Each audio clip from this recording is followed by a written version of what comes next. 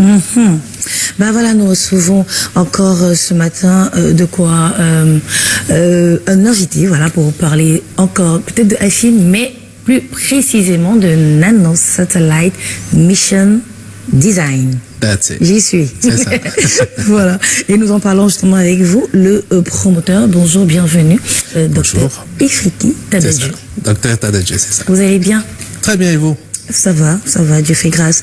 Alors, vous êtes déjà passé sur Jambo TV, sur Canal International. Et depuis le temps, comment ça va pour NMD? Alors, depuis Jambo, j'avoue que c'est une mini-explosion, déjà.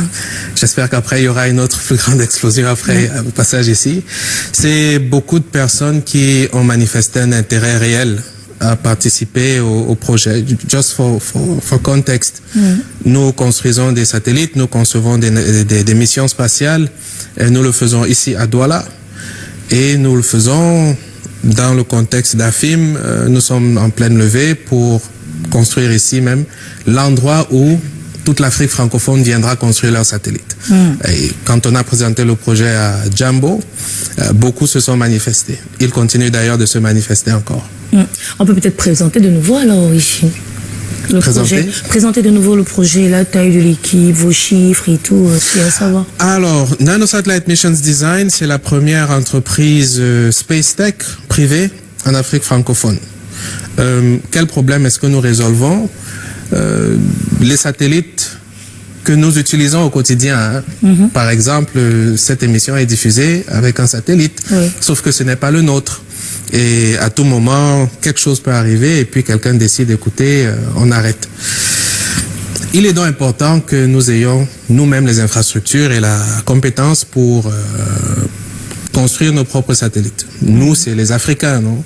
Alors, NMD résout ce problème-là. On va mettre sur pied l'infrastructure nécessaire pour que toute l'Afrique francophone puisse venir à Douala concevoir et construire ses satellites. Alors, vous travaillez actuellement sur des projets internationaux. Est-ce qu'on peut en savoir davantage? Quels sont les partenaires? Qu'est-ce que ça va rapporter concrètement? Alors, je peux parler de certains et pas d'autres. Mais ce dont je peux parler, c'est un des projets, parce qu'il y en a plusieurs, un des projets qui implique, qui sont financés par ESA-AFSA, l'Agence spatiale européenne et l'Agence spatiale africaine. Il y avait beaucoup d'appels. Nous avons soumissionné dans plusieurs consortiums et l'un des consortiums a été sélectionné pour livrer l'un des projets spatiaux de la série. Ce qui est intéressant avec ça, c'est que les calendriers sont favorables dans le sens que aujourd'hui, l'étape où on est dans ce projet-là, où il y a des partenaires africains et des partenaires européens, indique que lorsqu'on aura fini notre projet, on sera prêt pour les étapes suivantes. Il y a beaucoup à faire dans le spatial en Afrique. Il y a beaucoup de temps à développer. Il y a beaucoup de satellites à construire. Et le fait d'être impliqué déjà maintenant, c'est simplement parfait. D'accord. Alors pourquoi maintenant? Qu'est-ce qui fait qu'aujourd'hui soit le bon moment?